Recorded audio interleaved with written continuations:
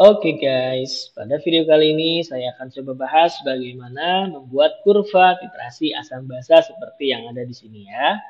Ini adalah kurva titrasi HNO3 oleh NaOH. Artinya apa?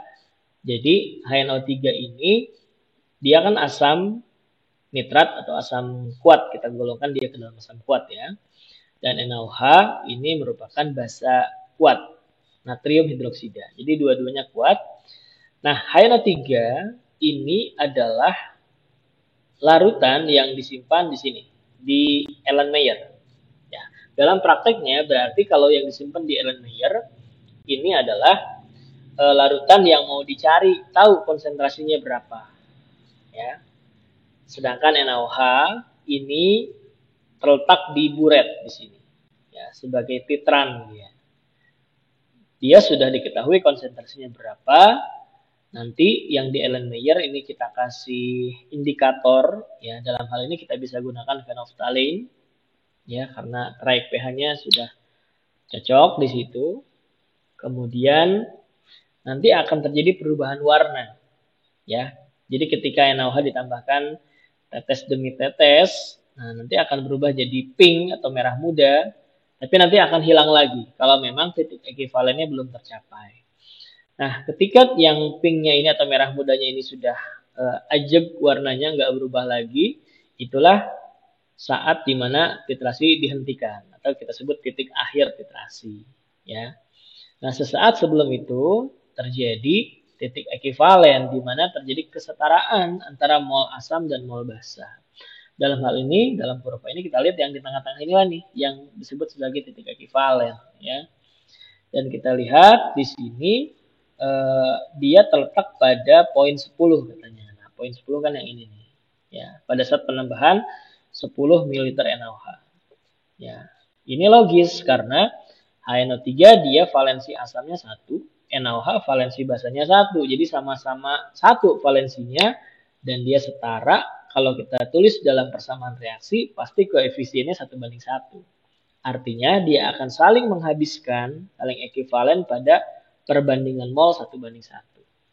Jadi kalau di sini diketahui HNO3 0,1 molar 10 ml, NaOH-nya 0,1 molar juga, maka pasti akan saling menghabiskan ketika NaOH yang ditambahkan sebanyak 10 ml. Ya, makanya titik ekivalen di sini di 10. Oke, nah sekarang gimana sih cara bikinnya? Nah, kita perlu siapkan dulu nih kolom-kolomnya ya, sebelum kita buat kurvanya. Jadi yang pertama kita buat dulu kolom nomor di sini, kemudian kolom dari mililiter NaOH yang ditambahkan, kita buat 0 sampai 19 mil. Ya. Nah, di sini setelahnya, kolom setelahnya adalah kolom untuk konsentrasi H+ atau OH-. Ya. Dari sini nanti kita konversi ke pH. Nah, yang kita masukkan ke dalam kurva titrasi itu sumbu X-nya adalah volume NaOH yang ditambahkan. Nah, yang ini ya. Jadi yang ini kita copy ke sini. Nah, kemudian sebelah kirinya itu adalah pH.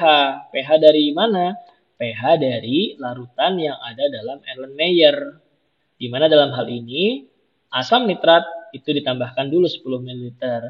Makanya startnya dari bawah, dari pH yang rendah karena awalnya asam. Tapi kemudian ditambahkan basa sedikit demi sedikit, nanti lama-lama dia naik tuh. Ya, sampai nanti muncul titik ekivalen, sampai akhirnya asamnya sudah habis, ya tinggal basanya aja. Nah, maka terbentuklah kurva titrasi seperti ini, ya. Baik, nah sekarang bagaimana nih rumusnya nih? Di video sebelumnya kan kita sudah bahas formula dasar dalam Microsoft Excel ini ya. Nah, oke. Sekarang kita lihat di sini ada 3 warna ya. Ada 3 warna. Yang pertama warna kuning. Ini adalah untuk konsentrasi H+. Ya. Yang dihitung adalah konsentrasi H+. Karena ya memang asamnya lebih banyak. Gitu. Yang hijau di sini terjadi kesetaraan antara asam dan basa. Jadi asam nitrat dan NaOH-nya habis bereaksi. Sisanya tinggal garam. Dan garamnya bersifat netral, makanya pH-nya 7 di sini. Kemudian yang warna merah muda ini ini adalah konsentrasi OH-, ya. Konsentrasi OH-. Karena nanti asamnya udah habis, kemudian ditambahin terus NaOH. Nah, jadinya ini konsentrasi OH- dari NaOH dan nah, di sini kita lihat ya, ada 10 pangkat min 7 ya. Nah, kita lihat dulu rumusnya deh, satu biar jelas ya. Untuk yang konsentrasi H+, nah kita lihat di sini rumusnya adalah molaritas asam dikali volume asam dikurangi molaritas basa dikurangi volume basa dibagi dengan volume total. Kita lihat sini ya. Nah, di sini di ujungnya ada ditambah 10 pangkat min 7. Apa itu? 10 pangkat min 7 ini tidak lain adalah sumbangsih dari SWA ionisasi air. Jadi air itu kan H2O, dia akan membentuk kesetimbangan dengan H+ dan OH-. Ya, dan itu 10 pangkat min 7 masing-masing. H+-nya 10 pangkat min 7, OH-nya pun 10 pangkat min 7. Makanya kita mengenal ada istilah KW, ya, konstanta kesetimbangan air, nilainya 10 pangkat min 14. Dari mana? Itu perkalian 10 pangkat min 7 kali 10 pangkat min 7 gitu ya. Oke, nah sekarang kita lihat di sini ya. Untuk yang kolom pertama ya nomor 1 itu sebelum ditambahkan NaOH, tentu saja konsentrasi H+-nya 0,1. Ya, dari mana ini? Ya ini kan awalnya HNO3. HNO3 kan asam kuat. Kita udah belajar mencari H+ dari asam kuat itu kalikan saja dengan valensi asamnya. Valensi asamnya 1 dikali 0,1 ya 0,1. Gitu ya. Makanya di sini startnya 0,1. Kolom yang selanjutnya ketika ditambahkan 1 ml NaOH. Nah, seperti inilah rumusnya. Ya ini mengacu ke rumus yang sudah saya tuliskan di sini. Jadi kita lihat di sini ada C3. Nah, C3 yang mana? C3 yang ini. Ya 0,1. Nah, 0,1 itu kan berarti molaritas asamnya ya. Oke. Dikali 10 kali volume asam. Volume asamnya kan 10 ml. Nah, ini untuk mendapatkan mol asamnya. Kemudian selanjutnya ada pengurangan di sini ya. Dikurangi C3. Nah, ini C3 0,1 lagi. Ya, karena ini sama konsentrasinya maka saya mengacu ke sini semua. Ya, sama-sama 0,1. Dikali dengan B4. B4 itu yang ini nih. B4 itu 1 ml karena NaOH yang ditambahkan baru 1 ml. Ya, kita lihat di sini pakai tanda dolar. Nah, ini sudah diajarkan di video sebelumnya ya, menggunakan F4. Oke. Nah, kemudian dibagi dengan volume asam, yaitu 10, ditambah volume basa, yaitu B4 ini yang 1 ml itu. Ya, kenapa ditulis B4 dan tidak menggunakan dolar di sini? Tidak dikunci, karena nanti kita akan kopikan rumusnya, sehingga B4 ini akan terus bertambah, nanti jadi B5, B6, B7, gitu ya, sampai B12 di sini. Nah, ditambah 10 pangkat min 7 yang tadi saya jelaskan di sini adalah sumbangsih H+ dari SWA ionisasi air ya. Oke, kita coba lanjutkan. Nah, ini sama ke bawah, yang kuning ini sama nih ya. Rumusnya sama. Yang berubah ininya aja nih. Tadinya kan B4, B5, B6, B7 yang dikunci nggak berubah. Oke. Seperti itu ya. Nah, sekarang kita langsung masuk ke sini, ke titik ekuivalen. Di mana di sini sebenarnya rumusnya sama dengan yang kuning ini. Ya, cuma di sini ada kita lihat dua-duanya habis bereaksi dan ini 0 hasilnya, sisanya tinggal 10 pangkat min 7. Makanya di sini hasilnya 0,000001. Nah, ini 10 pangkat min 7 nih. Maka pH-nya didapat 7. Gitu ya. Jadi sama, ini rumus dari kolom ya nomor 1 sampai nomor 11 di sini ya. Nomor 1 sampai nomor 11 ini rumusnya sama. Nah, untuk yang nomor 12 di sini kita lihat rumusnya ya sebenarnya mengacu ke sini yang sudah saya tuliskan. Nah, hanya saja di sini perbedaannya adalah di sini kan MB dikali VB. MB-nya tidak lain adalah Nah, ini 0,1 sama ya, C3 dikunci di situ. Dikali dengan VB. VB-nya adalah B14 min 10 di sini. Ya, B14 min 10. Apa itu B14? B14 itu tidak lain adalah 11 di sini. Ya, dikurangi 10 itu karena yang ditambahkan kan sebenarnya 1 mili kan, 1 mililiter NaOH. Dan di sini kita pengurangannya hilang di sini karena asamnya sudah habis. Ya, asalnya sudah habis. Ini hanyalah 1 ml NaOH yang ditambahkan. Dan otomatis karena asamnya habis, nah ini tentu saja dibagi dengan volume total tetap ya. 10 ditambah B14. B14 di sini. Ya. 11 ml. Ya, oke. Ini kan masih terus jalan ya. Dan kita lihat di sini ada ditambah 10 pangkat min 7. Ya, di mana ini dari konsentrasi OH- dari suainisasi air, gitu ya.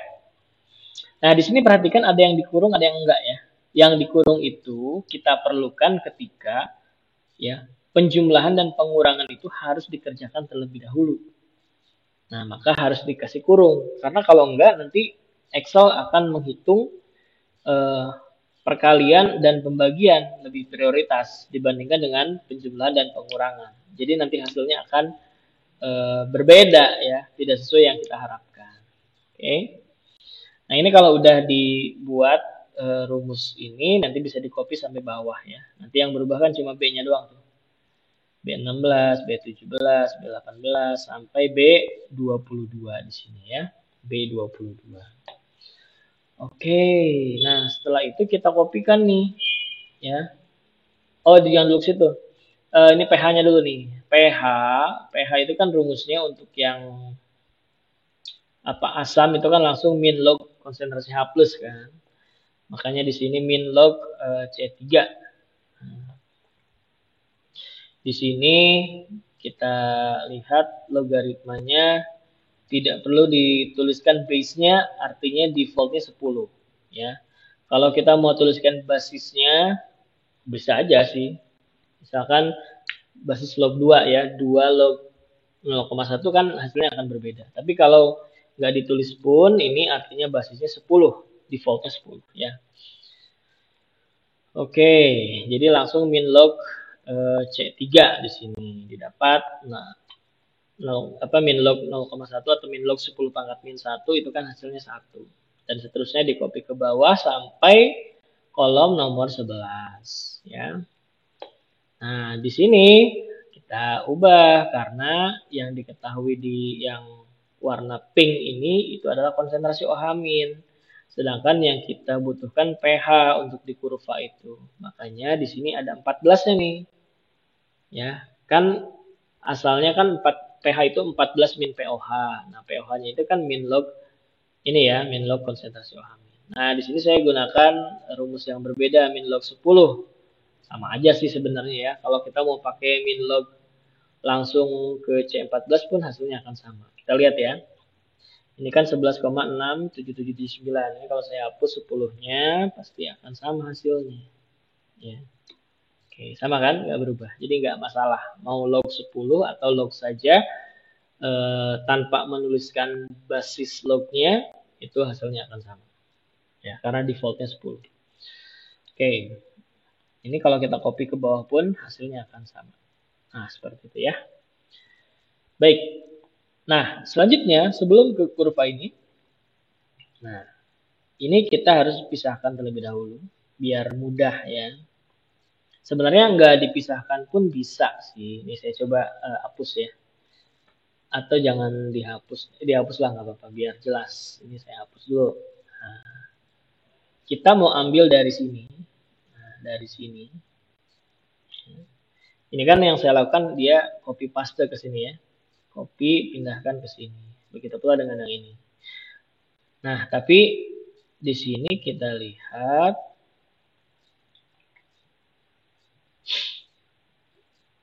oke, nggak masalah ya. Kalau misalkan langsung dari sini kita tekan kontrol ya. di keyboard kalian. Nah, maka akan muncul seperti ini. Jadi sebenarnya nggak dipindahin pun bisa ya. Nah, kita klik insert. Nah, di sini ada chart. Kita bisa langsung ke recommended chart.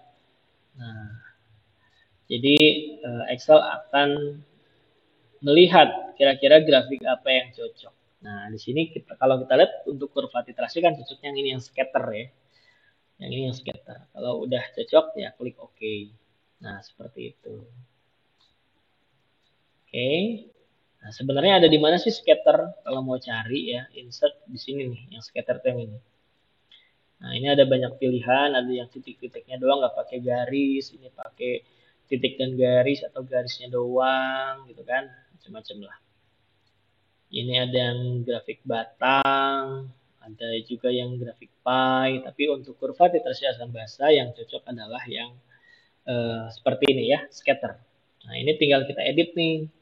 Judulnya tadi ya, kurva titrasi asam basa. Atau langsung mengarah ke ininya ya. Apa namanya? Zatnya HNO3 oleh NaOH gitu kan. Nah, ini tiganya supaya ke bawah gimana? Masih ingat ya, di font ada subscript. Oke. Nah, di sini gimana untuk memberi keterangan di sumbu X dan sumbu Y dan sumbu X-nya? Nah, kita lihat di sini ada chart design, nah, ada add chart element, ada axis titles. Kalau untuk yang sumbu Y, gunakan yang ini, primary vertical. Nah, di sini kan PH ya. Kita tulis saja PH di situ. Sedangkan yang untuk sumbu X-nya ya kita gunakan primary horizontal. Di sini tidak lain adalah mililiter NaOH yang digunakan. Gitu ya. Oke, jadi deh. Itu dia. Jadi bisa langsung dari sini sebenarnya, nggak usah di copy. Cuma kalau di copy paste ke sini ya kita ngebloknya lebih mudah, nggak usah mencet kontrol. Ya itu aja sih perbedaannya. Nah seperti itu ya. Ini adalah tutorial ya cara membuat kurva titrasi asam kuat oleh basa kuat. Semoga bermanfaat. Silahkan mencoba.